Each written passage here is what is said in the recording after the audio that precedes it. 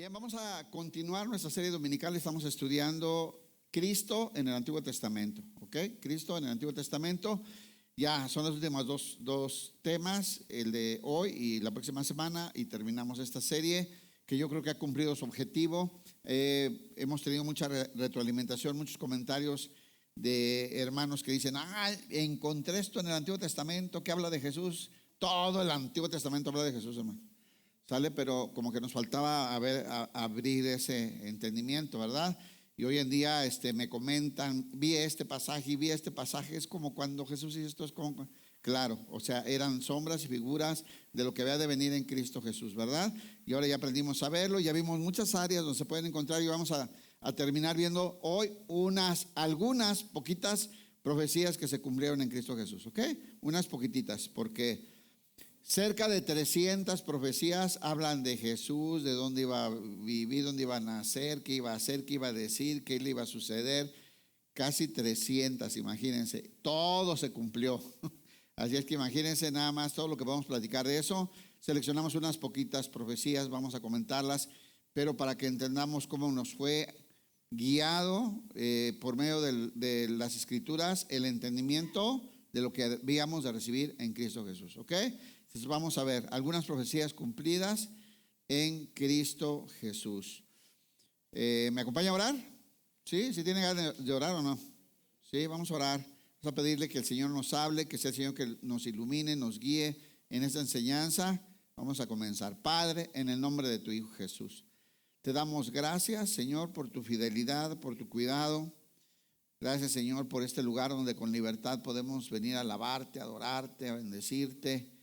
Gracias, Señor, por la cruz de tu Hijo, en la cual con su sangre nos compraste para ti y nos trasladaste a tu reino. Gracias, Señor, por darnos nueva vida. Instrúyenos, Señor, háblanos en esta mañana. Necesitamos de tu palabra, que es espíritu y es vida. En el nombre de tu Hijo Jesús, amén. Bien, vamos a ver algunas profecías que se cumplieron en Cristo Jesús. Hay un montón. De hecho, cuando veamos algunas de estas, nos vamos a acordar de otras más que tienen que ver con los mismos temas, ¿no? La salida de Egipto, esa salida donde el Señor manda a traer a su pueblo de Egipto, ¿verdad? Y tiene su base en el Éxodo, porque Dios saca a su pueblo. Le dice Dios al faraón: deja ir a mi pueblo a que me celebre fiesta en el desierto, ¿verdad? También José había pedido al pueblo que cuando fueran llevados y liberados por el Señor, no dejaran sus huesos, ¿verdad? Que los sacaran de ahí. Y pues obviamente eran sombras y figuras de Cristo, que tendría que regresar de Egipto para hacer su ministerio. Oseas 11:1. Vamos comenzando, hermanos. Yo le leo la Nueva Traducción Viviente.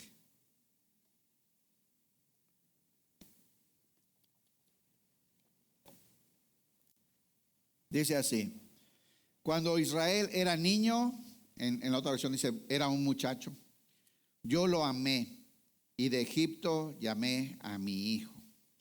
Cuando Israel era muchacho, yo lo amé y de Egipto llamé a mi hijo. Como les decía yo, el pueblo de Israel, acuérdense Jacob, que después se llamó Israel, pues ellos fueron llevados por José cuando José ya estaba en una posición de liderazgo y era el segundo hombre más poderoso del mundo. Pues recibe al pueblo de Israel, ¿verdad? En Egipto, donde prospera y se multiplica muchísimo, se vuelve una multitud, ¿verdad? Y después el Señor manda a traer a su pueblo, pero también era una figura de que Jesús iba a estar en Egipto, iba a ser traído, iba a ser regresado al pueblo de Israel para cumplir con su misión, con su trabajo, con su ministerio. Mateo 2:13, ustedes recuerdan este pasaje, donde nos vamos a acordar de otra profecía también, y ahorita la vamos a mencionar. Aquí, ¿cuál es el contexto? Los sabios de Oriente, lo que conocemos como los Reyes Magos, ¿verdad? Que vienen y van a visitar al niño. Hablan también con Herodes, que dicen que vienen a visitar al rey, ¿verdad? Entonces Herodes se pone las pilas, le da celos de este nuevo rey, y para asegurarse de acabar con él, sabiendo que iba a nacer en Belén, porque le pregunta a los sabios, manda matar a todos los niños menores de 2 años de Belén. Terrible, ¿no? Y así asegurarse de matar a este niño que había nacido, al que los sabios de Oriente vinieron a buscar. Y entonces ahí hay otra profecía, ¿verdad? Que se oyó llanto en Ramá, es Raquel que llora por sus hijos, y hablaba de este acontecimiento terrible, ¿verdad? Que iba a suceder con estos niños. Mateo 2:13 dice: después de que partieron ellos, los reyes, los sabios, he aquí un ángel del Señor apareció en sueños a José y le dijo: levántate y toma al niño y a su madre y huye a Egipto y permanece allá hasta que yo te diga, porque acontecerá que Herodes buscará al niño para matarlo. Lo que les estaba diciendo, se ve amenazado Herodes de que ha nacido un rey, ¿verdad? Que incluso en otros lugares lejanos lo conocen y están esperando. Dicen los reyes: hemos visto su estrella y hemos venido a adorarle, ¿no? Entonces Herodes dice: no, es mucha competencia, ¿verdad? Y manda a hacer esto hecho terrible de matar a todos los niños. Dice: y él, o sea José, despertando, tomó de noche al niño y a su madre y se fue a Egipto y estuvo allá hasta la muerte de Herodes, para que se cumpliese lo que dijo el Señor por medio del profeta, cuando dijo: de Egipto llamé a mi hijo. Entonces aquí están las profecías cumpliéndose, ¿verdad? Acuérdese usted que José, que es el comentario, solamente vamos a hacer pequeños comentarios de cada una de las profecías, ¿verdad? Porque son temas completos, pero hoy solamente vamos a hacer un repaso de algunas profecías para ver cómo nos hablaba de Jesús todo el Antiguo Testamento y sobre todo del ministerio de Jesús claramente. No eran sombras y figuras de lo que iba a hacer Dios por medio de Jesús para cumplir su plan eterno. Aquí a mí lo que me gusta primero pues es el control total que tiene el Señor, ¿verdad? El Señor sabe perfectamente lo que va a suceder y manda avisarle a José. Vemos el control completo que tiene el Señor. Cuando dimos el primer tema hablamos de la profecía de Génesis 3, 14 y 15, ¿se acuerdan? De que la simiente de la mujer un día iba a pisar la cabeza de la simiente de la serpiente. Hablando de Jesús, ¿verdad? Cómo derrotaría a Satanás en el monte del Calvario. Y desde entonces yo les platicaba cómo el Señor fue cuidando la simiente en el transcurso de los miles de los años, ¿verdad? Cómo fue dando dirección, y hasta la fecha vemos aquí que quieren matar a la simiente del hombre, ¿verdad? Y el Señor ya lo protegió miles de años y lo sigue protegiendo aquí. Y otra cosa que hay que rescatar es la obediencia de José. O sea, recibe José el llamado del ángel por medio de un sueño, y José se despierta en la madrugada, hermanos. ¿Y a qué hora se fue José? ¿Qué esperó? Esperó a cobrar su aguinaldo, ¿verdad? Y dijo: ya después nos vamos. No, esperar a que se casen mis hijos. Ahora sí, cuando se casen ya voy a servir al Señor. Ahora sí. No, ahora sí, ya cuando termine de construir mi casa, ahora sí le voy a dar al 100%. No, ya no más que entierre a mis padres, ¿verdad? Como decía el otro, deja que entierre a mi padre y te seguiré. O sea, mi hermano José se despierta, sabe que Dios le dio una alerta, e inmediatamente en la madrugada agarra a la mujer y agarra al niño y vámonos. ¿Qué tan rápidos somos para obedecer una instrucción del Señor? ¿Cuántas veces el Señor nos habla algo, nos alerta de algo y somos tardos, lentos, hermanos, para reaccionar y para obedecer? Y estamos esperando el momento más propicio, el mejor, el que se me acomode a mis horarios, a mi negocio, a mi empresa, a mi fiesta, a mi convivio, a lo que tenía planeado, porque ya cuando termine eso, entonces yo te seguiré, Señor. ¿Qué tal si se espera José aquí?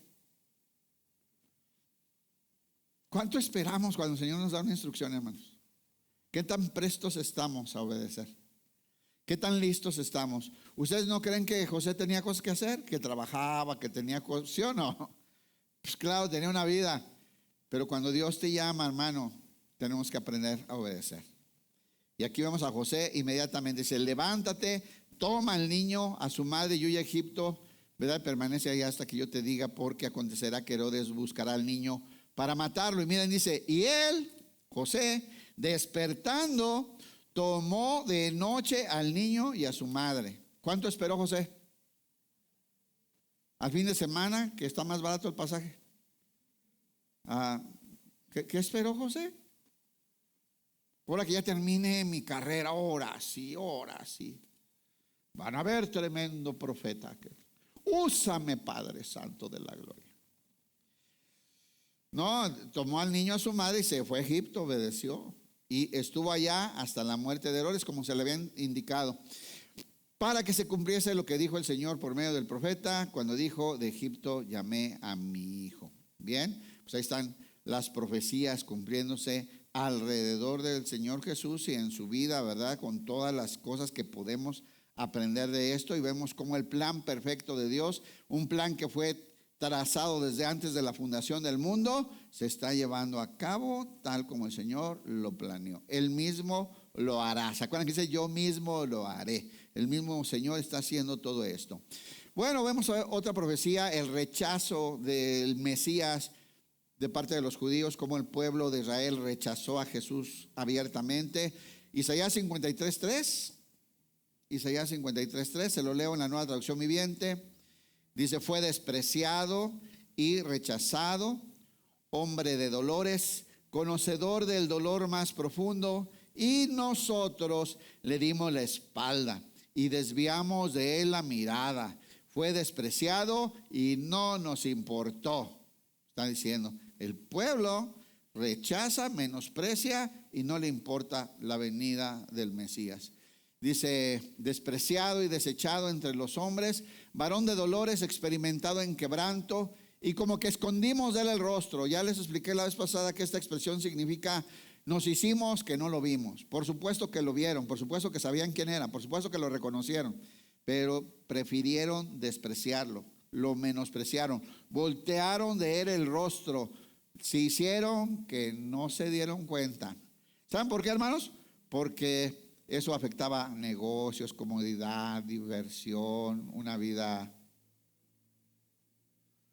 Entonces mejor se hicieron como que no se dieron cuenta que llegó el Mesías, pues. Y dice, escondimos de él el rostro, fue menospreciado y no lo estimamos. Juan 1:11, vamos a ver este texto, ustedes lo conocen, en la Reina Valera dice, a lo suyo vino, mas los suyos no le recibieron, ¿verdad? Dice aquí, vino a los de su propio pueblo y hasta ellos lo rechazaron. El pueblo que tenía toda la información de cómo reconocer al Mesías, ¿cierto? Que podían identificarlo por todas precisamente las profecías que hablaban de él, de su venida, y de todos modos decidieron rechazarlo. ¿Se acuerdan que el Señor Jesús, llorando por Jerusalén, ¿verdad? Desde la colina lloraba por Jerusalén y decía que iba a ser destruida porque no reconoció el tiempo de su visitación? ¿Recuerdan esa? Y Jesús la sentencia, porque no reconociste cuando fuiste visitado por Dios, que venía el Hijo de Dios a cumplir todas las promesas del Padre, pero el pueblo decidió voltear para otro lado, hacerse como que no llegó, y lo fue menospreciado y no les importó. Bueno, Lucas 4:29. Vamos a ver aquí este texto, porque hoy en día muchas hay, y sobre todo en el YouTube y esto, canales de judíos que dicen es injusto que nos acusen de la muerte de Jesús, ¿no? Y bueno, sabemos que es un plan de Dios, ¿no? Que Dios iba a entregar a Cristo como la ofrenda de expiatoria para el perdón de los pecados de la humanidad y rescatar a su pueblo. Sabemos eso. Pero de que se lo querían echar, man. O sea, no lo mataron los judíos porque no pudieron, pero claro que lo querían matar. Si recuerdan ustedes cuando el día que entró al templo, ¿verdad? Y les dijo, ustedes han convertido la casa de mi padre en una cueva de ladrones. Y les volteó las mesas y dice que esa noche se juntaron y planearon y decidieron matarlo. O sea, por supuesto. Y aquí hay otra ocasión, mire, Lucas 4:29. donde el Señor les habla la palabra de Dios. Obviamente ellos se ofenden mucho. La verdad ofende, hermanos. A la carnita no le gusta, le va a doler. Y dice así: se levantaron de un salto, ¿verdad? Los judíos, los sacerdotes, los escribas, los principales, lo atacaron y lo llevaron a la fuerza hasta el borde del cerro sobre el cual estaba construida la ciudad.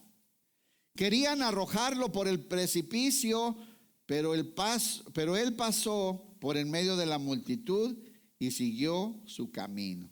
Pero lo querían matar, hermanos, ¿no? Ahí estaba, vamos a verlo, Lucas 4:29. En la Reina Valera dice: y le llevaron hasta la cumbre del monte sobre el cual estaba edificada la ciudad de ellos, para despeñarle. Mas él pasó por en medio de ellos y se fue. ¿Sabemos por qué? Dice la Biblia: porque aún no había llegado su hora. O sea, es algo, el Señor lo tenía. Jesús iba a morir el mero día y a la hora de la Pascua, punto. Porque Él era el Cordero, Él era la Pascua verdadera. ¿Okay? No, es que no la acabaríamos de figuras, hermanos. Es un ejemplo nada más de tantas profecías y figuras que anunciaban de Cristo, ¿no? Entonces, bueno, ahí está la otra, esta donde fue rechazado por su mismo pueblo, su pueblo a quien fue enviado con todas las promesas de Dios, pues rechazó al Mesías, no le reconoció como el enviado de Dios, como el Hijo de Dios, y estuvo dispuesto a matarlo. Al final de cuentas lo consiguieron. Como les decía Pedro en su discurso en Hechos: ustedes lo mataron por medio de los gentiles, o sea, los romanos. Pero ahí él dice: ustedes lo mataron. ¿Cómo? Con las armas de los romanos, ¿no? En una cruz. Bien, vamos a otra profecía.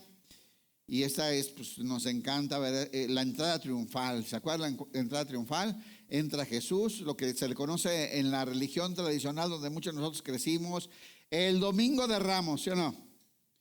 Domingo de Ramos, entra Jesús sentado en un burrito blanco, ¿verdad? Y la gente le adora. Y bueno, pues todo esto estaba profetizado también. Dice Zacarías 9:9, vaya por favor. Se lo leo en la Nueva Traducción Viviente.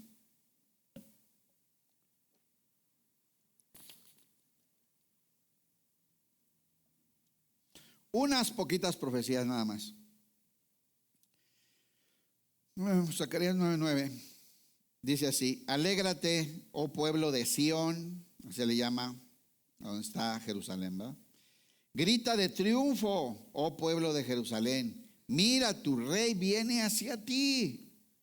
Él es justo y victorioso, pero es humilde, montado en un burro, montado en la cría de una burra. Bueno, aquí está el Rey de Reyes, el Señor de Señores, el dueño del universo, por medio del cual Dios hizo todas las cosas que existen y que se enseñorea sobre toda la creación. Ahí está el Señor mostrando su humildad, ¿verdad? Humillándose a Dios y mostrando lo que Dios quiere del ser humano, humillación. Y entra como rey, pero montado en un burrito, no en un tremendo caballo así gigantesco como el que usaban los emperadores, sino en un burrito, una cría, era un burrito jovencito, una cría, ¿verdad? Y entra ahí montadito. Y bueno, pues sabemos que eso se cumple ese domingo. Fíjense que, acordándome de esto también, cuando estudiamos, no sé si se acuerdan, hace unos años que estudiamos la profecía de las 70 semanas, ¿se acuerdan? No, que se van a acordar. Pero hagamos que sí se acuerdan, ¿no?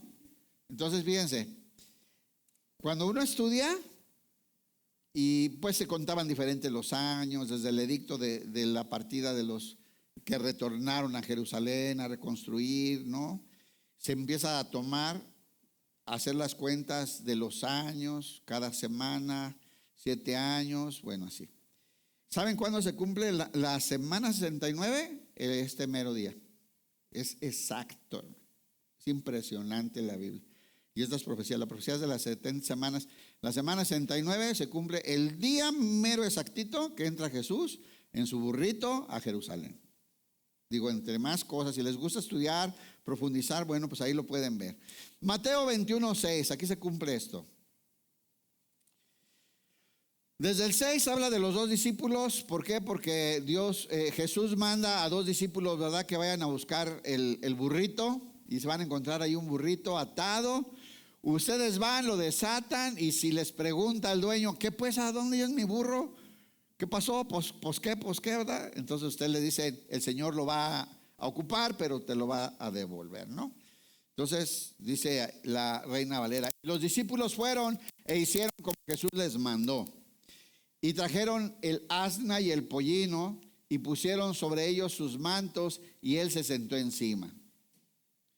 Y la multitud, que era muy numerosa, porque era día de fiesta también, ahorita no podemos hablar, pero también era un día de fiesta, por eso también había muchas ramas a la mano. Dice que era numerosa, tendían sus mantos en el camino, y otros cortaban ramas de los árboles y las tendían en el camino. Y la gente que iba delante y la que iba detrás clamaba diciendo: Hosana al Hijo de David, que era un título del Mesías, Hijo de David.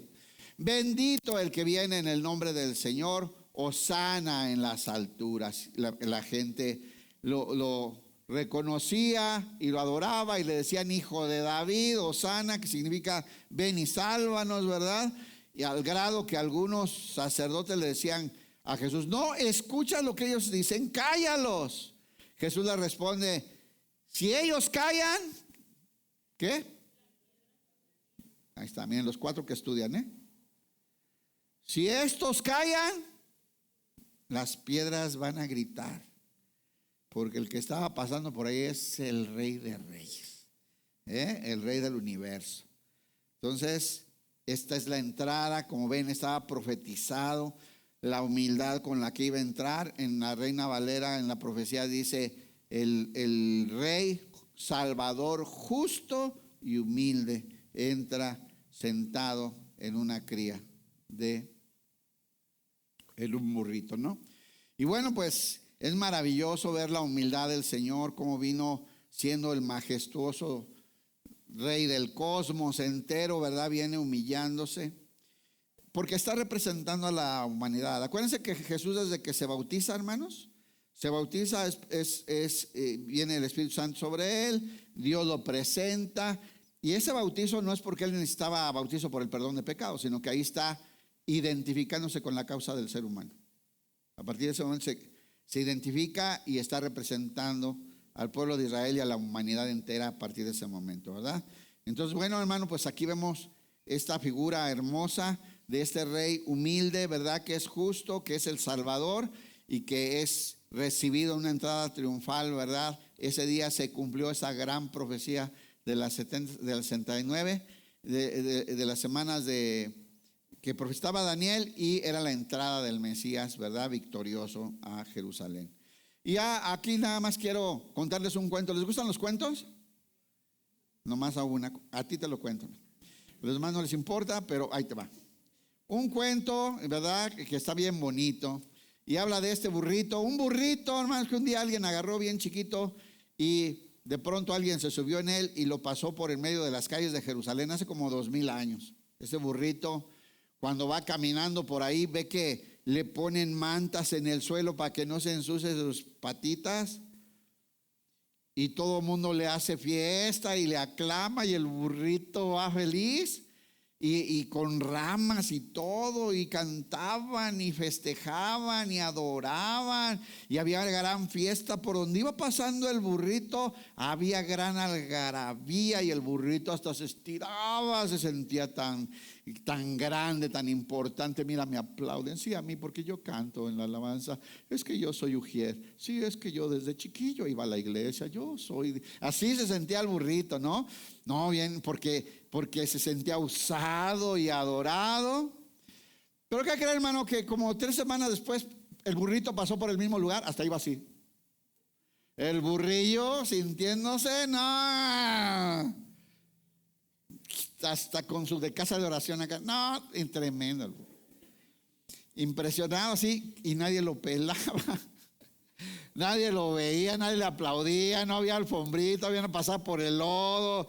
¡Ah, que se burro! Hermano, ¿sabe cuánto burrito hay así confundido hoy? Es un honor y un privilegio que Dios nos use. Es un honor y un privilegio que Jesús nos use para algo, hermanos.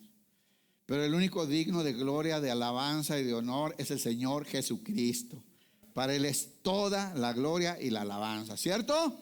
Entonces, queridos amigos, si hay algún burrito de esos exaltado, hay que humillarnos, porque el mensaje aquí es de la humildad de nuestro Rey. Den un aplauso al Señor, hermano.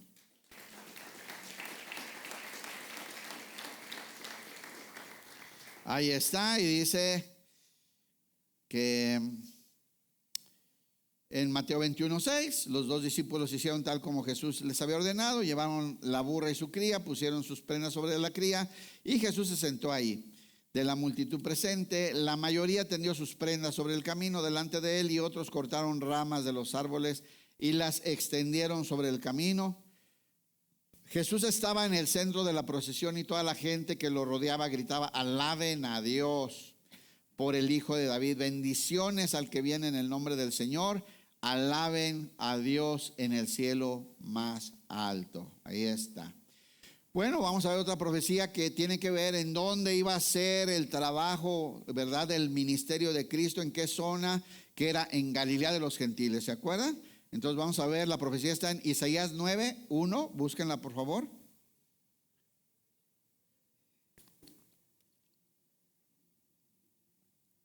Isaías 9:1 y 2.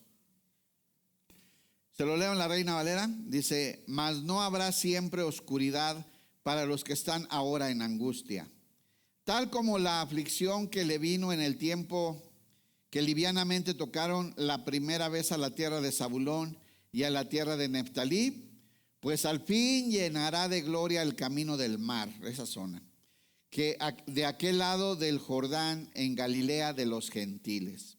El pueblo que andaba en tinieblas vio gran luz. Ese pueblo andaba en tinieblas porque, miren, tenían mucha relación con los gentiles porque estaban en la orilla de Jordán, en la frontera, pues, ya para con los gentiles. Entonces había mucha comunicación, no era la gente más consagrada, andaba en oscuridad. Y aparte, recuerde usted que había 400 años de silencio. O sea, entre lo último que aconteció con Esdras y Nehemías, de ahí para adelante, esos 400 años, un poquito menos, Dios no habló al pueblo de Israel. Había oscuridad y había mucha desviación. Entonces les dice: el pueblo que andaba en tinieblas vio gran luz. Los que moraban en tierra de sombra de muerte, luz resplandeció sobre ellos. Llegó la luz a esta zona que andaba medio en tinieblas, como desviándose, como con mucha relación con la vida gentil, ¿verdad? Y ahí mero fue el ministerio de Jesús. Ahí fue la zona donde Jesús más trabajó, más caminó y más enseñó. Y dice: sin embargo, ese tiempo de oscuridad y de desesperación no durará para siempre. La tierra de Zabulón y de Neftalí será humillada, pero habrá un tiempo en el futuro cuando Galilea de los gentiles, que se encuentra junto al camino que va del Jordán al mar, será llena de gloria. El pueblo que caminaba en oscuridad vio gran luz. El Señor Jesús nos dijo que Él era la luz del mundo, ¿cierto?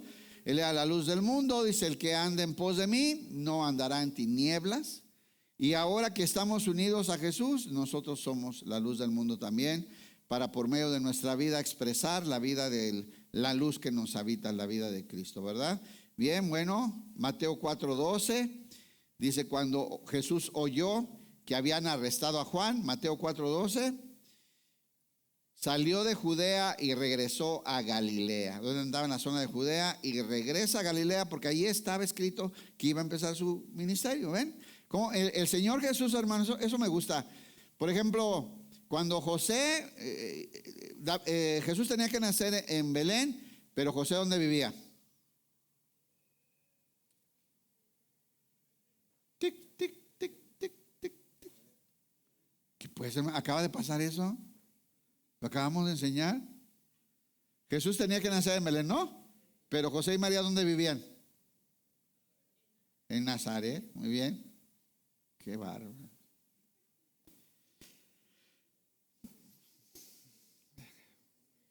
Lo explicamos como una hora eso.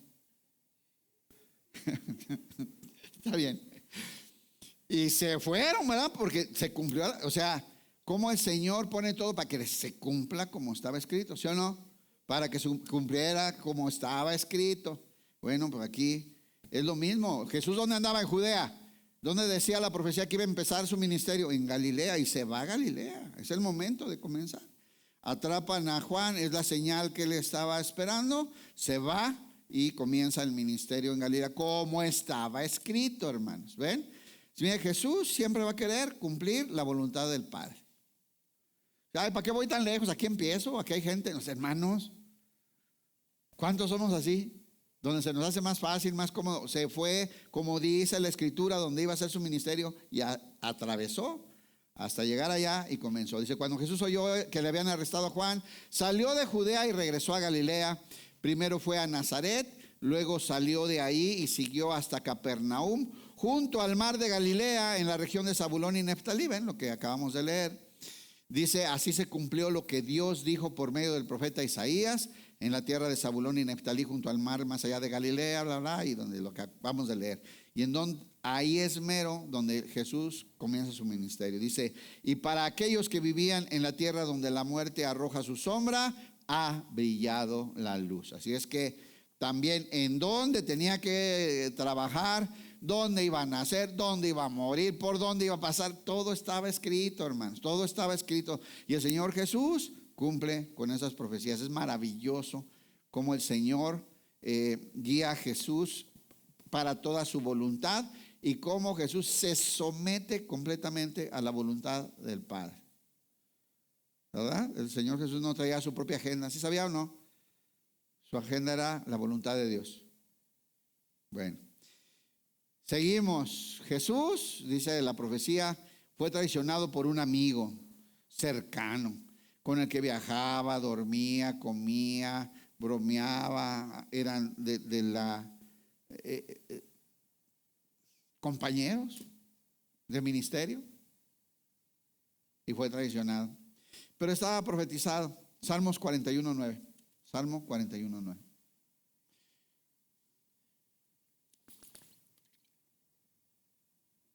Dice la Nueva Traducción Viviente: hasta mi mejor amigo, en quien tenía plena confianza, quien compartía mi comida, se ha puesto en mi contra. O sea, andaban juntos, es un amigo. Dice, aún el hombre de mi paz, en quien yo confiaba, el que comía de mi pan, alzó contra mí el calcañar. O sea, el pie así para aplastarlo, ¿no?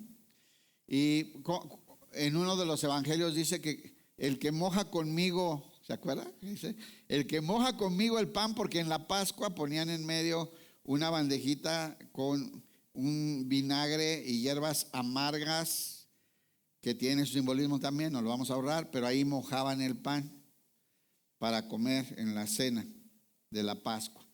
Y de pronto Jesús y el pan de Jesús y el de Judas se encuentran ahí, ¿no? Además, esto es maravilloso, la exactitud de profecías que estaban escritas 1000 años antes, ¿no? Como se cumplían a la perfección.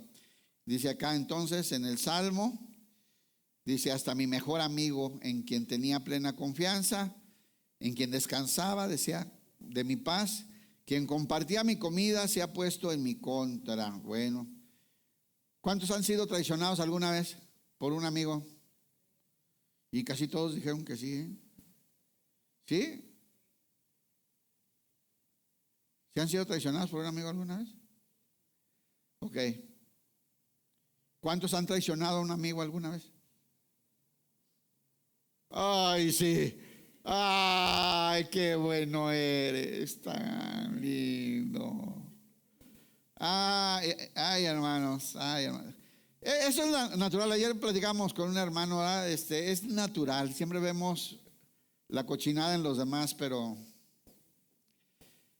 es parte de la naturaleza caída del ser humano, de ese ser destituido de la gloria de Dios, ese espiritualmente muerto que prefiere lo malo, que lo guían sus emociones y su carne, hermano. Yo creo que como nos han traicionado, hemos sido traicioneros y desleales en muchas ocasiones.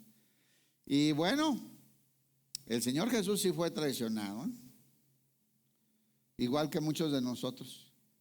Pero aquí lo que yo preguntaría es, ¿el Señor Jesús no se amargó cuando fue traicionado, cuando fue lastimado, sí o no? Pero ya hace rato ya hubo palabra profética, nos vamos a ahorrar ese punto. El Señor Jesús sabía que lo iban a traicionar, ¿sí o no? Hasta escogió al que ya sabía que lo iba a traicionar. Cuando llega Judas, hermano, a entregarlo, ¿se acuerdan? Cuando están orando en el Monte de los Olivos. Y dice Jesús, ya viene el que me entrega, ¿verdad?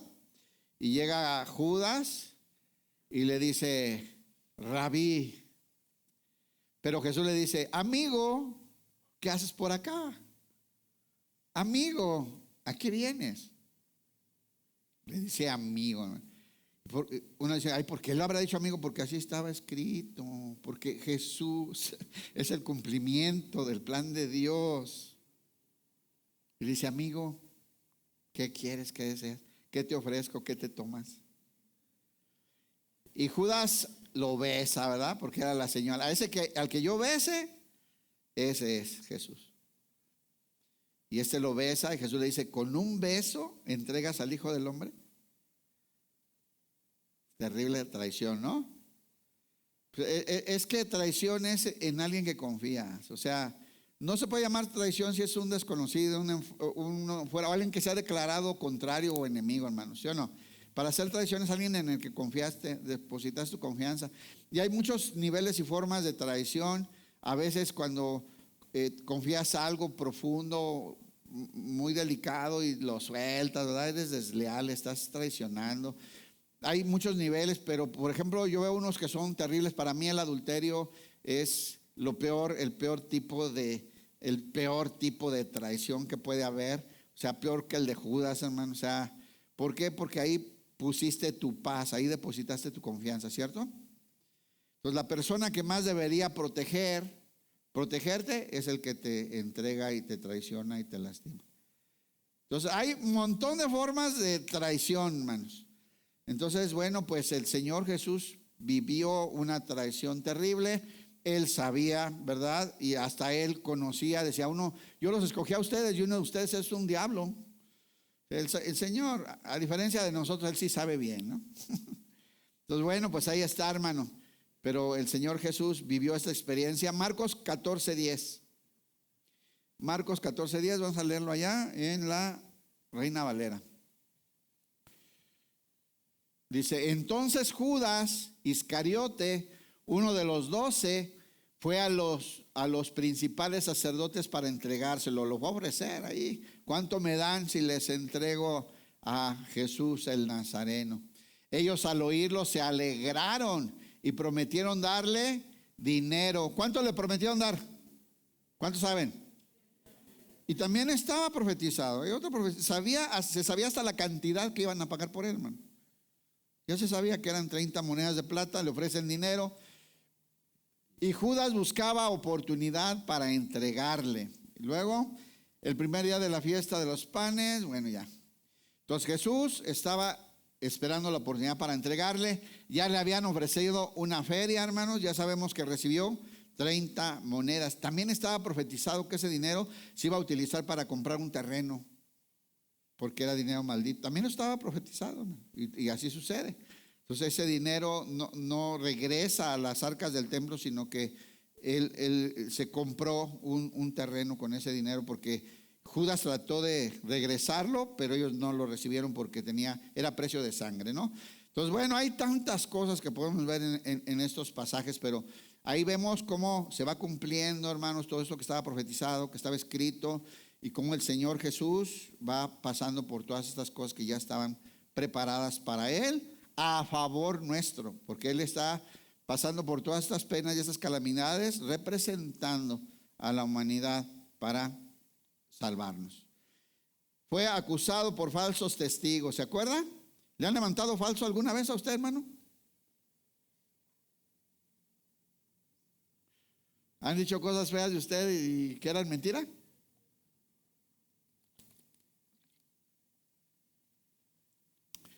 Fíjense que eso es en la ley judía, Era terrible, ¿eh? O sea, eso es un pecado de muerte.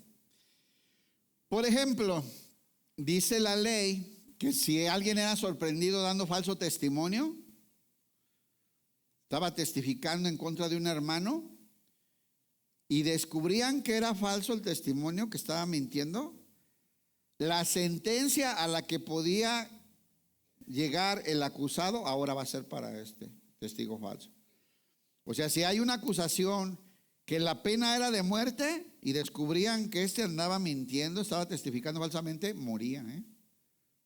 O sea, era acreedor, ¿verdad?, a esa pena. Hoy en día pues testificas mal y pues no te pasa nada, pero hermanos, es un delito. Bueno, sigue siendo un delito, porque casi no se cumplen las leyes, pero es un delito, ¿no?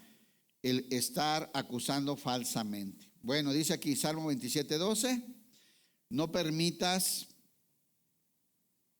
permitas que caiga en sus manos, pues me acusan de cosas que nunca hice, dice. Ves que respiran, cada vez que respiran me amenazan con violencia, porque se han levantado contra mí testigos falsos y los que respiran crueldad.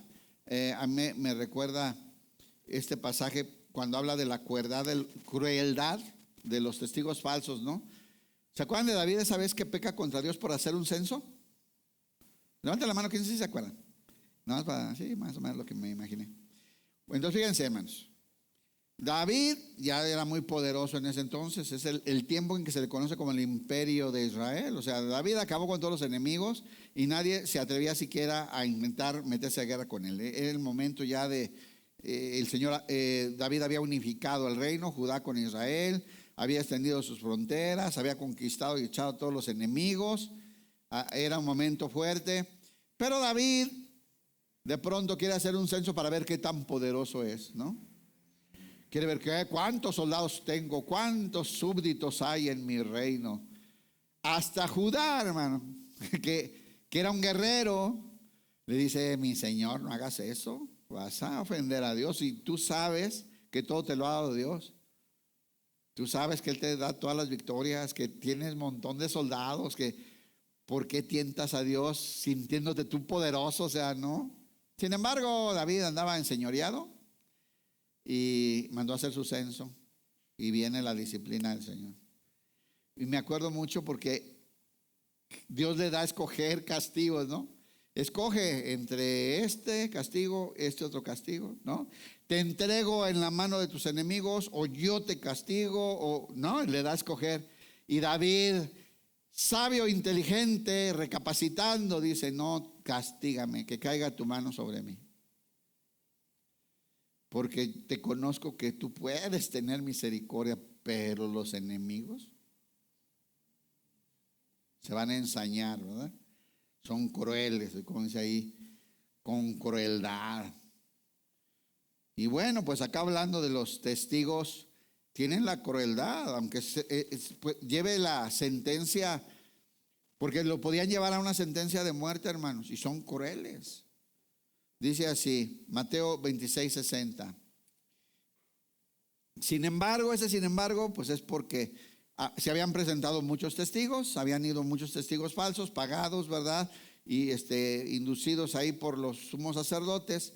Y sin embargo, aunque encontraron a muchos testigos falsos que accedieron a dar un falso testimonio, no pudieron usar el testimonio de ninguno. Se revisaba muchísimo la credibilidad, ni siquiera calificaban para buenos testigos, pues. No pudieron usar el testimonio de ninguno. Finalmente se presentaron dos hombres y declararon: este hombre dijo, puedo destruir el templo de Dios y reconstruirlo antes de 3 días. Acuérdense que el giro que le dan a la acusación es de sedición, de rebeldía, ¿verdad? Ahí ya de destruir, ¿verdad? Parte de lo que en ese momento no solamente era el templo de Dios, sino el reino de los romanos, ¿verdad? Propiedad. Entonces ya, porque al final de cuentas, ¿de qué sentencian y de qué acusan al Señor? De hacerse rey, ¿no? De enseñorearse. Entonces, bueno, así funciona los falsos testigos. En las bienaventuranzas, el Señor nos habla a nosotros de que aprendamos a soportar los falsos testimonios,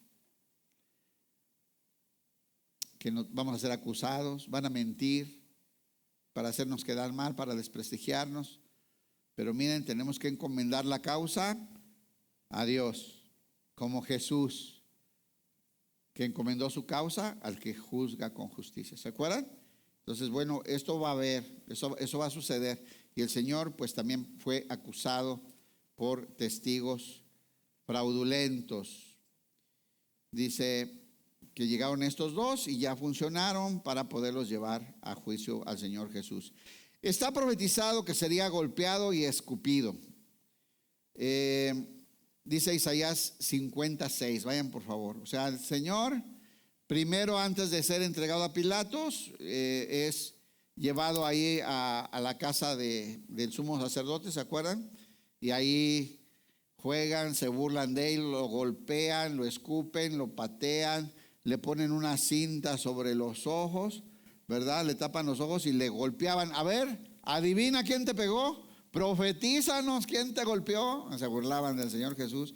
Después llevado a Herodes, regresado acá y luego llevado a Pilatos, un rollo ahí. El Señor sufrió mucha humillación, mucho desprecio. Isaías 56 dice: les ofrecí la espalda a quienes me golpeaban y las mejillas a quienes me tiraban de la barba. O sea que fue maltratado, lo agarraban de la barba y lo jaloneaban, le pegaban, lo escupían, le daban puntapiés, le tapaban los ojos. Bueno, no escondí el rostro de las burlas y los escupitajos. Dice, no escondí mi rostro de injurias y de esputos, que es escupitajos. Marcos 14, 65. Entonces ahí vemos, todo esto está profetizado. Hermanos, unos 700 años, unos 1000 años, otros más de tiempo de todas estas cosas que el Hijo de Dios, que el Mesías prometido, que el ungido iba a sufrir. Marcos 14, 65.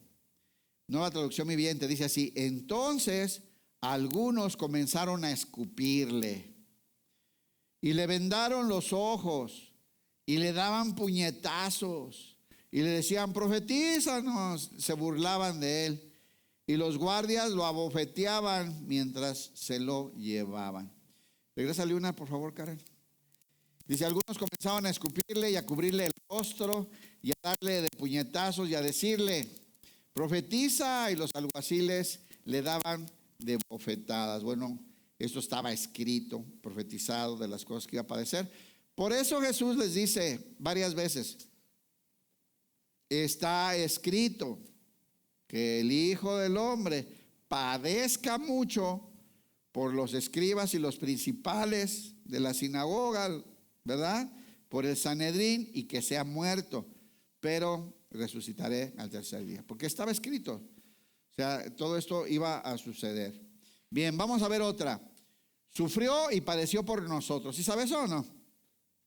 Bueno, esto ya lo estudiamos cuando revisamos. Hay dos temas que yo les recomiendo que revisen mucho, están ahí, ya quedaron en el YouTube. Cuando estudiamos el Salmo 22, ¿se acuerdan? Qué hermoso salmo. Salmo 22 es Cristo clavado en la cruz, contándole en la eternidad a David, para que David escriba todo esto, ¿no? Y ahora nos es revelado por el Espíritu Santo, pero eso es lo que está pasando ahí. Y este de Isaías, que se conoce como el protoevangelio, que es el evangelio desde el Antiguo Testamento, ¿verdad?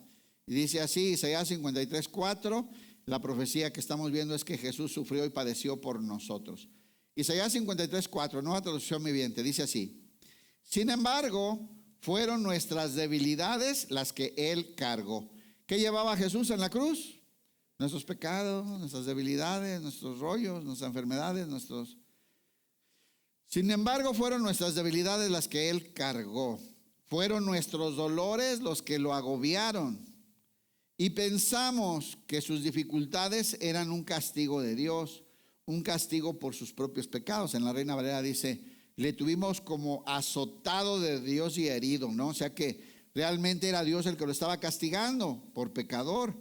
Pero no, realmente era por nuestra causa que estaba sufriendo eso. Dice, y nosotros le tuvimos por azotar. ¿Le regresas una, por favor? Ciertamente llevó Él nuestras enfermedades y sufrió nuestros dolores. Él tenía enfermedades, él tenía pecados, él tenía que pagar cuentas. No, es por nuestra causa, todo eso que está sufriendo.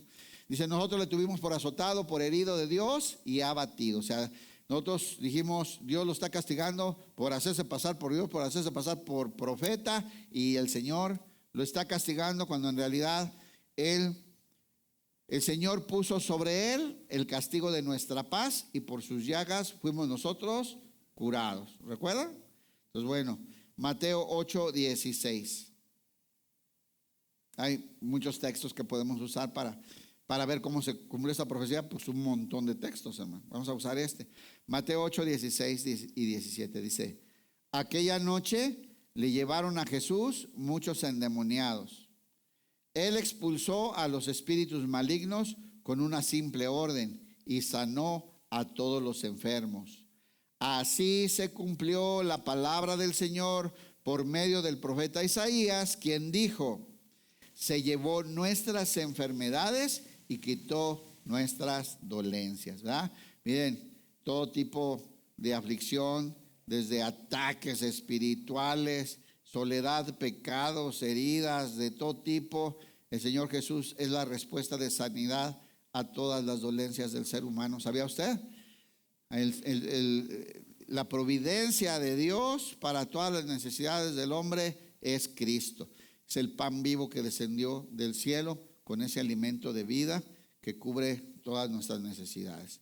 Entonces, bueno, ya vemos por qué está padeciendo Jesús. Bueno, pues está padeciendo porque Dios puso en él el pecado de todos nosotros. Por eso, es por nuestros pecados. Herido fue por nuestras rebeliones. ¿Ok? Bien, vamos a ver otra más. Les voy a contar ahí en la Biblia que tomé para sacar este estudio. Me tenía que saltar como 5 o 6 y agarrar una, ¿no? 5 o 6 y agarrar una, porque son muchísimas. Entonces les digo esto. Unas poquitas estamos viendo. Sería crucificado con pecadores, ¿no? Entre pecadores, entre delincuentes, entre rebeldes. Así sería la crucifixión de Cristo Jesús. Recuerden que también la ley judía decía: maldito aquel que muera clavado en un madero. ¿Se acuerdan? O sea, los criminales morían clavados en un madero. No cualquier persona, necesitaba ser un criminal, ¿cierto? Bueno, dice Isaías 53:12. Este texto es muy padre. El otro día les expliqué, porque aquí el mismo Señor, Dios, le está dando honor a Jesús. Y eso es bien importante estudiarlo, ver las diferentes versiones, profundizar ahí. Pero no es el tema del día de hoy. Vamos a ver, aquí es profetizado que Jesús va a morir entre malhechores, entre rebeldes, entre delincuentes. Dice Isaías 53:12: yo le rendiré los honores de un soldado victorioso, porque se expuso a la muerte. Y aquí viene el punto: fue contado entre los rebeldes. Así fue tomado él como un rebelde, un sedicioso. De hecho, por eso lo crucificaron, según la ley romana, por sedición, por hacerse pasar por rey, por rebelarse contra el rey, que era en este caso el César, ¿no? El César romano. Bueno, dice: yo le rendiré los honores de un soldado victorioso, porque se expuso a la muerte. Fue contado entre los rebeldes, cargó con los pecados de muchos e intercedió por los transgresores. Aquí está esta sentencia. Este solo versículo tiene como 5 cosas para analizar profundamente, hermanos, y yo le invito a que lo haga, que se meta, que le pida al Señor, que le revele más. Hay muchas cosas muy padres. Bueno, vamos, Mateo 27:38. Mateo 27:38.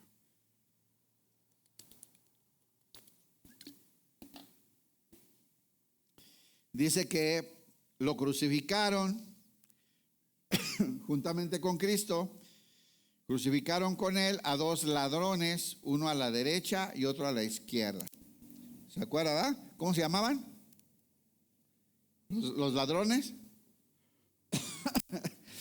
No, sacáis. Estos 2 ladrones eran criminales. En el diálogo de ellos, uno le dice al otro, tú y yo nos merecemos esto. Tú y yo nos lo merecemos. Pero este no hizo nada malo, reconociéndole que era inocente, ¿verdad?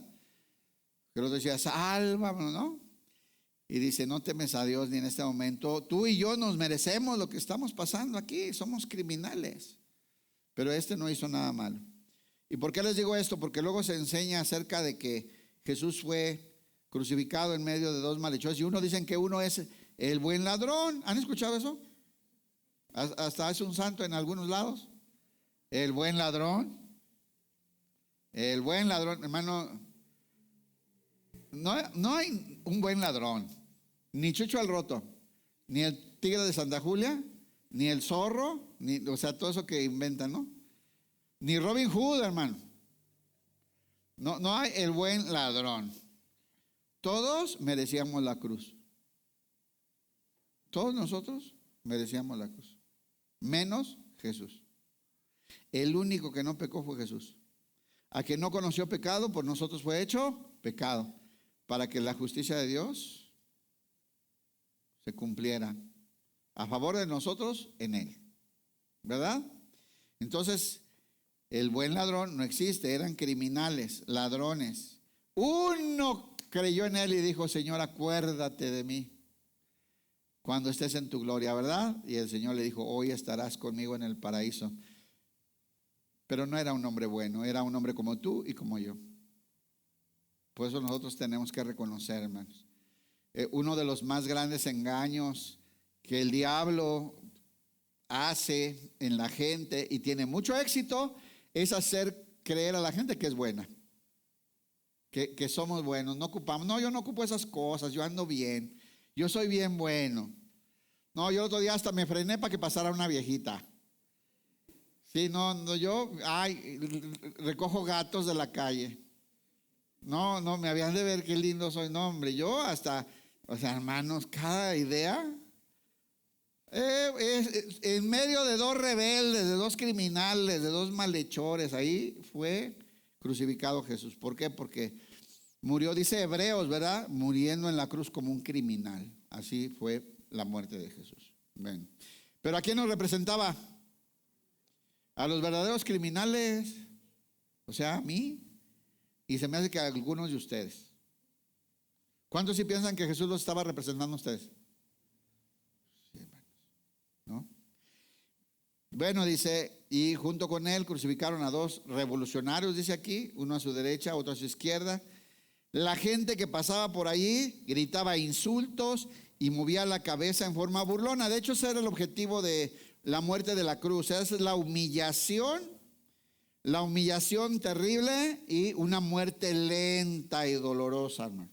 Miren, la muerte en la cruz no era una muerte rápida, una muerte donde la gente podía durar días sufriendo y agonizando, completamente desnudos, clavados en una cruz, ¿verdad? Les ponían un cadalso ahí para que recargaran las piernas. Y eso hacía que cuando estaban agotándose, asfixiándose, se empujaran de las piernas y recuperaran el aliento y jalaran aire. Porque si soltaban el cuerpo, su tórax se aplastaba y se asfixiaban muy rápidamente. Entonces, por eso duraban tanto tiempo. Jesús duró muy poquito por dos razones, ¿no? La médica y lógica y todo de que llegó casi muerto, hermano. Le pusieron una golpiza, había perdido mucha sangre, llegó muy debilitado ya de tanta hemorragia y de la sed, ¿verdad? Que habla la Biblia. Pero en segundo lugar, porque tenía que morir exactamente ese día a esa hora. El día de la celebración de la Pascua, a la hora de la Pascua, punto. Así de exacto fue todo, ¿eh? Entonces, bueno, la crucifixión podía durar la gente ahí clavada, desnuda. ¿Y para qué era eso? Para que se burlaran, para que les dijeran de cosas, para que los humillaran. Eran criminales. Y la gente, dice, pasaba por ahí y gritaba insultos, movía la cabeza de forma burlona, porque pues ellos eran criminales, ¿no? Los que estaban en la cruz. Pero uno de ellos era el Hijo de Dios. santo, sin mancha, sin pecado, ¿verdad? Y uno de ellos reconoce y dice, este no hizo nada malo. Tú y yo no lo merecemos. Entonces, para que no piense que es el buen ladrón, hermano, ni usted es el bueno, que Dios lo vio a usted tan bueno que lo salvó. Quítese esos rollos de la cabeza que luego dicen en algunas iglesias. No es cierto. Recibimos la salvación por pura gracia y misericordia de Dios. Cuando Dios vio nuestra imposibilidad y nuestra miseria, envió a su Hijo para darnos salvación. No hay manera que nosotros la podamos obtener. Bien, vamos a otra. Estaba profetizado también que sería traspasado. Iba a recibir un flechazo, una espada que atravesaría de lado a lado, ¿verdad? Su vida será traspasado, dice. Zacarías 2:10, vaya por favor.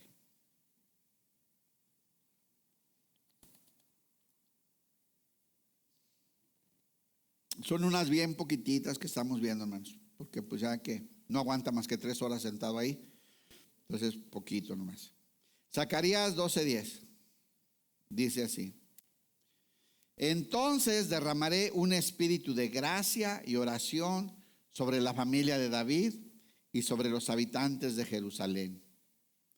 Fíjense, está hablando Dios, ¿verdad que sí? El Padre es el que está hablando. Repito, entonces derramaré un espíritu de gracia y oración sobre la familia de David y sobre los habitantes de Jerusalén. Recuerden que de la familia de David vendría el Mesías. Me mirarán a mí. ¿Qué texto, hermano?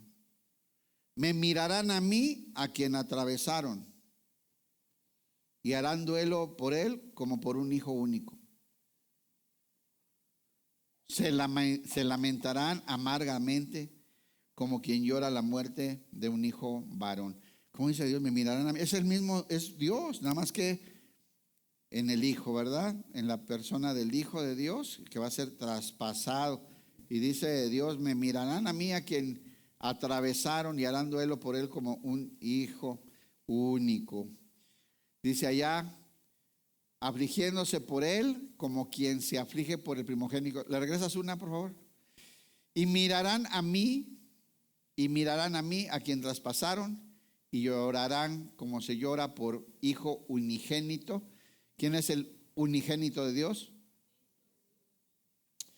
Dice, y afligiéndose por él como quien se aflige por el primogénito. Bueno, ahí está, hermanos, la profecía en Zacarías 2:10, y vamos a ver, se cumple en Cristo todo esto, todo lo que estamos hablando se cumple en Cristo. Juan 19:33, vaya por favor. Juan 19:33. Unas poquitas profecías, hermano. Dice, cuando llegaron a Jesús, bueno, aquí les el contexto para no leer tanto. Cuando llegaron a Jesús, ¿qué había pasado aquí? Que al día siguiente, por eso les explicaba lo de la cruz, ¿no? Que podían durar días enteros ahí sufriendo, agonizando terriblemente. Pero ese día, según la ley, no podía haber gente muerta colgada porque venía un sábado grande, venía un sábado de gran gloria, un sábado santo, el Shabbat. Entonces no podía haber cuerpos ahí colgados. Entonces todo esto ya sabían por las costumbres, y los romanos respetaban eso para agradar al pueblo. Así es que ordenan, como ya se va a acabar el día, viene el Shabbat, entonces ordenan los soldados romperles las piernas a los que están crucificados. ¿Cuál es la razón y para qué? La que les expliqué. Les rompen las piernas, ya no pueden apoyarse, se asfixian en minutos, se ahogan rápido. Duraban mucho porque se levantaban de las piernas y respiraban, ¿no? Pero al tener las piernas rotas, además del dolor intenso, ¿verdad? Terrible, pues se ahogaban en minutos y ya los podían bajar para que estuviera limpio el lugar para el día del Shabbat. Y fueron rompiéndole las piernas. Hay unas películas donde pasan eso, ¿no? Horrible, como gritan los otros que les rompen las piernas, ¿no? Pero cuando llegaron a Jesús, dice aquí el verso 33, Juan 19:33, nueva traducción viviente. Cuando llegaron los soldados a ver a Jesús, vieron que estaba muerto. y así que no le quebraron las piernas. ¿Se acuerda que al Cordero de la Pascua no le podían quebrar ni un huesito? Y eso es lo que estaba pasando en la Pascua verdadera, que durante miles de años se había celebrado la sombra y la figura de la Pascua que vendría. Esa era la verdadera Pascua. Entonces no le rompieron ni un huesito, ¿sale? Aunque de la golpiza él podía sentirlo. Cuando estudiamos el Salmo 22 vemos que se descoyuntaron, ¿no? O sea, pero no le rompieron ni un hueso, a pesar de la golpiza que le dieron, ¿no? Dice, cuando llegaron a Jesús vieron que ya estaba muerto, así que no le quebraron las piernas. Sin embargo, uno de los soldados le atravesó el costado con una lanza y de inmediato salió sangre y agua. Le atravesaron, se lo metieron por el lado derecho hasta el corazón, para asegurarse que estuviera muerto, ¿verdad? Porque ya los tenían que bajar. Pero cuando el soldado llegó ya no fue necesario quebrarle las piernas. Muy bien. Dice, de inmediato salió sangre y agua. Tantas cosas que podemos contar de ese pasaje, ¿verdad? De la sangre, del sacrificio. La sangre es la redención. Ahí se efectúa el pago. Ahí se efectúa el pago de la redención por medio de la sangre, para comprarnos a todos los que arrepentidos creemos. Y el agua de la vida, de la nueva vida que ahora es derramada en todos los que arrepentidos creyeron, ¿verdad? Surge de Jesús después de que es atravesado con esta lanza que lo traspasó, como decía la Escritura y la profecía. Ahí está otra más, hermanos, ¿no? Para ver esta maravilla de la concordancia y de la exactitud del cumplimiento del plan de Dios para nuestra salvación. Bien, también sabemos que estaba profetizado que se iban a jugar por los vestidos, ¿verdad? En el Salmo 22 lo estudiamos también. Vaya, Salmo 22, 18.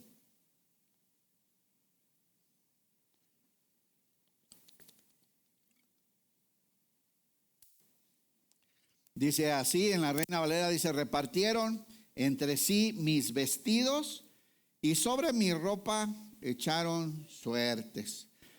Acuérdense, el Salmo 22, repáselo, véalo. ¿Es Cristo ahí en la cruz? Ahí colgado, contándole a David. Escribe esto, David, que estoy viendo, que estoy viviendo, ¿verdad? Y Jesús, digo, David lo pone todo. Pero ¿cómo? Si fue antes o después. Pero Él es eterno, hermano. No se meten en esos rollos. O sea, Jesús ahorita está platicando con Jacob ahí, peleando con él, con Jacob, y está en la cruz, y está en el cielo en la gloria, y está adentro de ti diciéndote que no te duermas, y ese es Jesús. O sea, ese es Jesús. No se meta en rollos, no entra en nuestro entendimiento completamente, pero el Señor ahí está desde la cruz contándole a David, para que David lo escriba. Y hoy por medio del Espíritu Santo nos se ha revelado todas esas maravillas, ¿no? Dice, se reparten mi vestimenta entre ellos y tiran los dados por mi ropa. Marcos 15, 24. Marcos 15, 24. Dice, después los soldados lo clavaron en la cruz, dividieron su ropa y tiraron los dados para ver quién se quedaba con cada prenda. Qué terrible situación del menosprecio, ¿verdad? De jugar con las cosas de Dios. Yo cuando leo eso, yo me acuerdo de muchas cosas, porque yo tenía una tía que era bien creyente, hermanos, católica, pero bien creyente, bien creyente. Y yo me acuerdo cómo yo le hacía burla y le contaba chistes de Jesús. Bien malos, hermano. Y yo digo, ay. Y entonces viene, cuando yo me acuerdo de esas cosas y cómo le hacía burla y le hacía llorar. Mi tía, me quería mucho mi tía y yo era bien malo con él. Y a mí me llena de paz cuando Jesús dice, perdónalos porque no saben lo que hacen. Yo no sabía lo que estaba haciendo. Pero cuando yo veo esa frase que Jesús les dice, Padre, perdónalos porque no saben lo que hacen, también me acuerdo que nosotros sí sabemos lo que hacemos. Es decir, los nacidos de nuevo. ¿Sí entienden la diferencia? O sea, ellos no sabían lo que hacían, pero nosotros tenemos al Espíritu Santo habitando en nosotros, que nos revela que nos guía a toda verdad y a todo el entendimiento de los misterios profundos de Dios, hermanos. ¿Entendió eso? Nosotros no podemos decir, no sabe lo que está haciendo. Hoy sabemos. ¿Verdad que usted sabe cuando está pecando? ¿Verdad que usted sabe cuando está traicionando al Señor? Cuando se está burlando de Él con sus actitudes. Digo, que estamos, ¿verdad? Porque se oye medio. Que estamos traicionando, que estamos en desobediencia, que estamos transgrediendo. Claro que sabemos que el Espíritu Santo nos redarguye, nos muestra la verdad, nos revela, nos ilumina. Nos ha dado un entendimiento muy diferente, hermanos. Pero bueno, aquí está este episodio feo, terrible, ¿verdad? De los soldados jugándose las ropas de Jesús, burlándose él, ¿verdad? Y él muriendo en la cruz clavado, viendo esta escena terrible. Pero vemos la misericordia de Dios diciéndole, pidiéndole al Padre, Padre, no les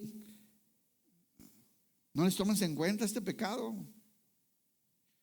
Como decía Esteban, ¿se acuerdan? Lo estaban apedreando y Esteban decía, no les tomen en cuenta este pecado. ¿Sí? Estaba ahí intercediendo por el perdón hasta para Saulo, que estaba ahí.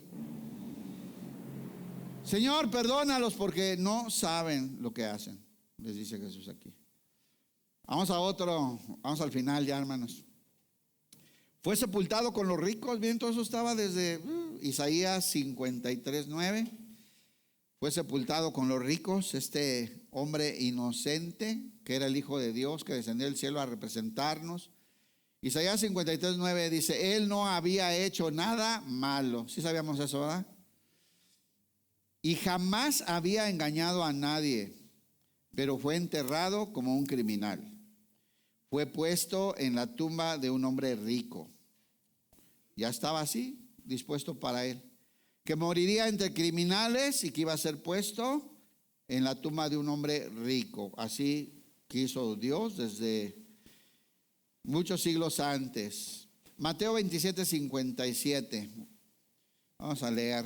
Dice Mateo 27:57. Cuando llegó la noche, vino un hombre rico de Arimatea. José de Arimatea, ¿verdad? Famoso por esta obra. Dice, rico hombre de Arimatea, llamando a José, que también había sido discípulo de Jesús. Acuérdense que había unos que habían sido miembros del Sanedrín. Nicodemo y José de Arimatea, escondidas, pero eran discípulos de Jesús. Este fue a Pilato y pidió el cuerpo de Jesús. Entonces Pilato se los entregó y tomando José el cuerpo, lo envolvió en una sábana limpia y lo puso en su sepulcro nuevo que había labrado en la peña. Eso era carísimo. No cualquier persona tenía una tumba así. Era rico y había mandado labrar en una peña, en una roca sólida, ¿verdad? Esta tumba, esta cueva, para que fuera su sepultura de él, pero se la entregó a Jesús. Y después de hacer rodar una gran piedra a la entrada del sepulcro, se fue. Entonces ahí se cumple otra profecía donde Jesús muere entre criminales y es sepultado en la tumba de un rico, una tumba nuevecita, ¿verdad? Bien. Dice, vamos a terminar, hermanos, dice esto, me salté ahí algunas, ¿no? Como se acuerda que estaba, dice la palabra de Dios que tenía sed y pedía para beber. Dice, pero tengo sed, pido agua y me dan vinagre, dice la profecía, ¿no? Y esto también se cumple. Y bueno, hay un montón, hermanos. Les digo que, pues ahí se le calculó ahí para una hora que pudiéramos platicar, pero hermanos, está llena la Biblia de esas profecías, de esas ilustraciones, de tipos. La próxima semana vamos a ver cómo hay muchas ilustraciones del ministerio de Cristo en historias de libros del Antiguo Testamento, y va a ser nuestra última clase de esta serie, no se la pierda. Salmo 16:10. Salmo 16:10. Su resurrección. ¿Estaba profetizado? Sí, claro que sí. Dice así, Salmo 16:10. Pues tú no dejarás mi alma entre los muertos, ni permitirás que tu santo se pudra en la tumba. En la Reina Valera dice, porque no dejarás mi alma en el Seol, ni permitirás que tu siervo vea corrupción. ¿verdad? O sea, no se va a podrir mi cuerpo, me vas a levantar, me vas a resucitar. Dice, pues tú no dejarás mi alma entre los muertos, ni permitirás que tu santo se pudra en la tumba. Me mostrarás el camino de la vida, me concederás, aquí viene el punto, ¿no? Dice, me mostrarás el camino de la vida, me concederás la alegría de tu presencia y el placer de vivir contigo para siempre. Esta resurrección ya es eterna, ¿verdad? Había personas que habían sido resucitadas por Jesús, pues desde el Antiguo Testamento. Elías no tuvo, por ejemplo, ese tipo de episodios. Sin embargo, aquí ya estamos hablando de una resurrección para vida eterna. Y Jesús dice que ahora, dice, me mostrarás el camino de la vida, me concederás la alegría de tu presencia y el placer de vivir contigo para siempre. Nos acordamos más de este texto en la Reina Valera. Vamos a verla. Salmo 16:10. Como les decía, en la Reina Valera está bien lindo porque dice, porque no dejarás mi alma en el Seol, ni permitirás que tu siervo vea corrupción. Me mostrarás la senda de la vida. Escuche, en tu plenitud, en tu presencia hay plenitud de gozo, delicias a tu diestra para siempre. Tenemos como 4 cantos aquí que mencionamos este punto, ¿verdad? Y a veces nos gusta la frase porque está muy padre para las canciones, pero vean la trascendencia que tiene, que está hablando de la resurrección, que como el Señor no va a permitir que su cuerpo, que va a morir, pero no se va a podrir en la tumba, va a ser levantado por Dios, ¿verdad? Para vivir en su presencia eterna. Ahora todos los que resucitamos juntamente con Cristo, tenemos estas palabras para nosotros. Nosotros gozamos de la presencia de Dios para siempre, vamos a habitar con Él para siempre y vamos a disfrutar de las delicias de su diestra, la diestra que es Jesús, para siempre, por toda la eternidad. Jesús dijo, yo soy la resurrección en la vida, la resurrección y la vida. El que crea en mí, aunque muera en esta muerte física, vivirá. Hermanos, nosotros, cuando este cuerpillo ahí, para unos muy chido según, y para otros ahí el cuerpillo ya anda pandeándose, pero de todos modos, cuando deje de funcionar, vamos a recibir un cuerpo glorificado, como el de Jesús, para continuar con esta verdad por toda la eternidad junto a Él. Entonces dice Mateo 28:6, aquí se cumple esto, dice, le dice el ángel a las mujeres que fueron a buscarlo a la tumba. El ángel les dice, ¿por qué buscáis entre los muertos al que vive? Jesús ya se fue adelante para Galilea y allá los va a esperar. Dice así, Mateo 28:6, nueva traducción viviente. No está aquí, ha resucitado, tal como dijo que sucedería. Vengan, les dice el ángel, vean el lugar donde estaba su cuerpo y ahora vayan rápidamente y cuéntenles a sus discípulos que ha resucitado y que va delante de ustedes a Galilea. Ahí lo verán. Recuerden lo que les he dicho. Las mujeres se fueron a toda prisa, estaban asustadas pero a la vez llenas de gran alegría y se apresuraron para dar el mensaje del ángel a los discípulos. Mientras iban, Jesús les salió al encuentro. Qué maravilloso momento, ¿verdad? Jesús les aparece en el encuentro y les dice, y las saludó. Ellas corrieron hacia él, le abrazaron sus pies y le adoraron. Entonces Jesús les dijo, no teman y digan a sus hermanos que vayan a Galilea y allí me verán. Hermanos, Cristo resucitó y se siguen cumpliendo profecías. Después dijo, a ustedes les conviene que yo me vaya, porque si me voy, vendré y habitaré en ustedes.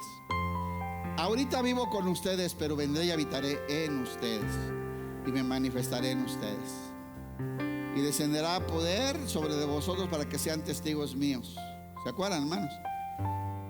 Por último, quiero terminar este tema. Si todas esas profecías, hermanos, que Dios dijo que iban a pasar en Jesús se cumplieron, y todo lo que Jesús dijo se cumplió, bueno, pues lo que falta de cumplirse se va a cumplir. Yo no dudo nadita que se va a cumplir, porque es clarísima la veracidad del Dios al que adoramos, ¿cierto? Así que, hermanos, si Jesús dijo que iba a regresar, va a regresar. Y si dijo que esta vez no viene en relación con el pecado, sino a juzgar a los vivos y a los muertos, hermanos, el Señor viene con juicio, hermanos. Pero para la iglesia viene con galardón, ¿verdad que sí? Y nos va a llevar a celebrar las bodas del Cordero para estar con Él para siempre. Así es que confiemos y creamos en estas verdades y sigamos buscando maravillas en el Antiguo Testamento que nos hablan y nos llevan a Cristo Jesús. Den un aplauso al Señor, pónganse de pie. Gloria a Dios.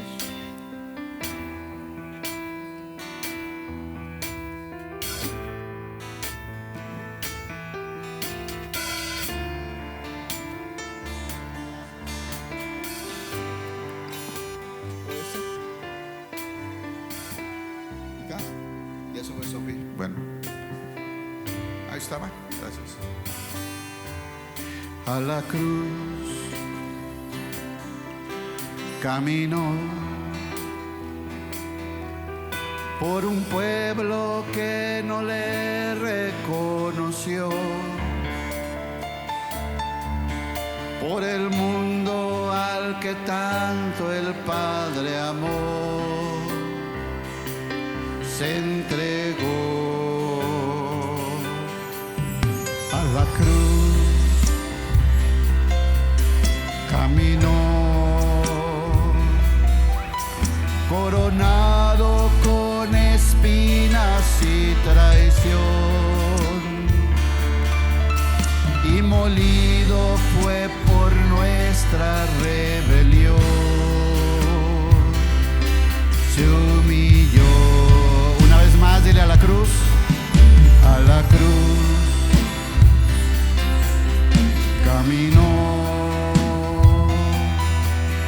por un pueblo que no le reconoció, por el mundo al que tanto el Padre amó, Él se entregó. A la cruz, a la cruz caminó, coronado, coronado con espinas y traición, y molido fue por nuestra rebelión. Se humilló. Al que nunca conoció pecado, Jehová quebrantó, para hacernos justos para siempre fue que padeció. Somos linaje escogido por la gracia del Señor, somos el pueblo adquirido por el Cordero de Dios, que su sangre en la cruz derramó.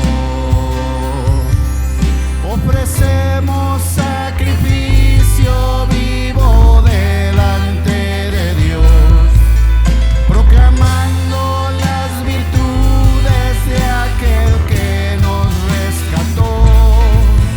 Hoy en medio de diversas pruebas y tribulación, nos sostiene Jesucristo, unigénito de Dios, que su sangre en la cruz derramó. Hermanos, el Señor Jesús recorrió el camino de tantas profecías, el camino que Dios le señaló para cumplir su mandamiento de rescatarnos. Y hoy nos queda proclamar sus maravillas. Dile: a la cruz, a la cruz caminó, por un pueblo que no le reconoció,